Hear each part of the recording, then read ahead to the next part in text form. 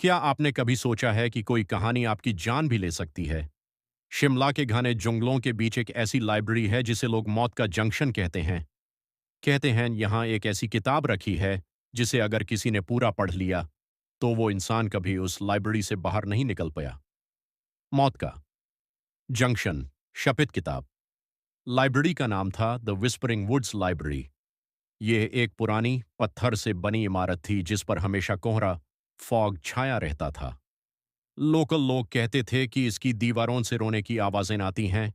इस लाइब्रेरी की सबसे निचली मंजिल, बेसमेंट के कोने में रखी थी वो किताब जिसका नाम था अंतिम अध्याय, द फाइनल चैप्टर।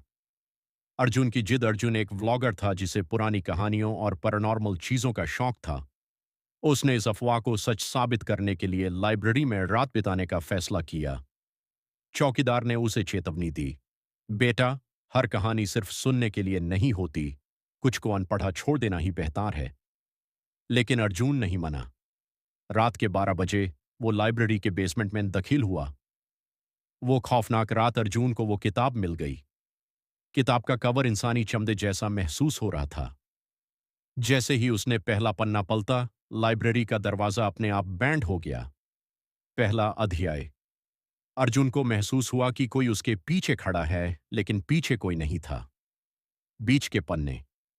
किताब में लिखी कहानी अर्जुन की अपनी जिंदगी से मेल खाने लगी। उसका बचपन, उसकी गलतियां, सब कुछ उसमें दर्ज था। आखिरी अध्याय।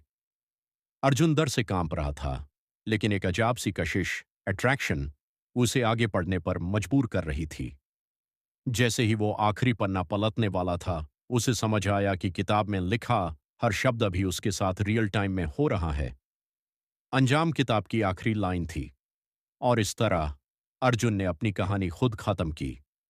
जैसे ही अर्जुन ने वो लाइन पढ़ी, लाइब्रेरी की सारी मोमबत्तियां बुझ गई। सुबह जब चौकीदार ने बेसमेंट खोला तो वहां कोई नहीं था।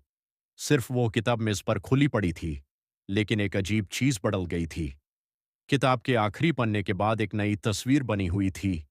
एक लड़का जो बिल्कुल अर्जुन जैसा दिखता था, किताब के पन्नों के अंदर से चीख रहा था, सीख।